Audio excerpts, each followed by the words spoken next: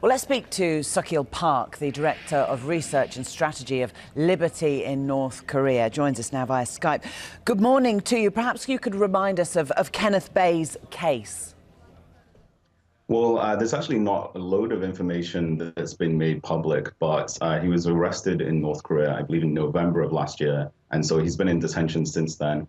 And they've only just formally announced that he's going to be put on trial for, as you said, allegedly crimes which might be towards overthrowing the government. And so the thinking is that it might have been something like taking photos surreptitiously inside the country that I'm going to try and smuggle out, or it might have been that he took some kind of banned information into the country. So really there is no further detail than that's the indictment, and we have to wait and see.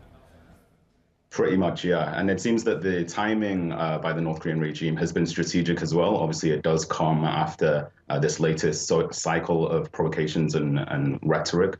And now they're looking to move into kind of a dialogue stage. And so they're just showing that they have this card, they have this kind of bargaining chip that they can use with the US government. Has anybody seen or heard from him since he was arrested? I think that obviously the US does not have an embassy in Pyongyang, but they use the Swedish embassy as their interlocutor with the North Korean regime. I'm not sure actually they've had direct contact. The only other thing that's happened since the arrest was that Bill Richardson, former governor from the US, along with the CEO of Google, went into North Korea, as you'll remember, and they tried to raise his case, taking him out, but obviously that was unsuccessful. What sort of precedent is there for this? Have Americans been put on trial, or any Westerners indeed, in North Korea previously? Yeah, well, I think that Kenneth Bae is the sixth American that's been arrested in North Korea.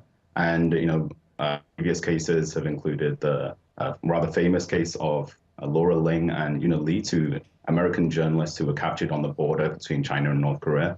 And then they were put on trial, they were charged and sentenced to 12 years of hard labor. But then there was backroom negotiations, and it ended up with former President Bill Clinton going in and securing their release.